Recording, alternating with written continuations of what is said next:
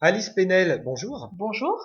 Vous signez là un premier polar historique. Quel est le contexte de votre roman? Eh bien, cette histoire se déroule entre Londres, Belfast et quelques villes d'Irlande du Nord, entre le milieu et la fin des années 60. Le conflit nord-irlandais qui marquera la fin du XXe siècle jusqu'au début des années 2000 n'a pas encore officiellement commencé. Il s'agit davantage d'un contexte pré-insurrectionnel dans lequel j'ancre finalement cette œuvre de fiction. Et pourquoi l'Irlande? Je me passionne pour ce pays depuis de très nombreuses années, tout d'abord pour sa langue, ses paysages, ses habitants, mais aussi pour sa culture et son histoire que je découvre toujours plus au fil des recherches qui accompagnent le travail d'écriture. C'est donc avant tout un roman policier. Qui sont les protagonistes de cette histoire? Je m'arrêterai sur 4 d'entre eux dont le rôle me semble vraiment majeur tout au long de l'intrigue.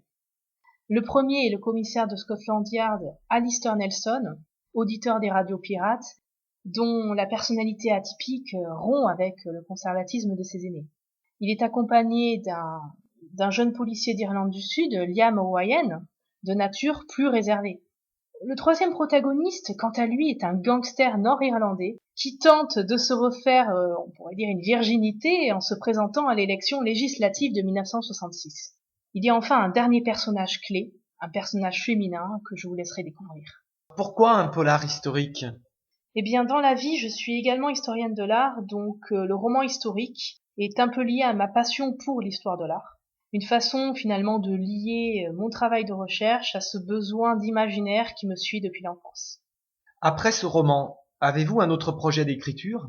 Eh bien oui, en effet, je travaille actuellement à l'écriture d'un autre roman historique qui se déroulera cette fois-ci à Paris dans les années 1400. Merci. Je rappelle qu'on peut retrouver votre ouvrage Le Baron d'Alvinbridge aux éditions 1837 sur la librairie en ligne des éditions 1837 www.1837.fr/librairie en toutes lettres.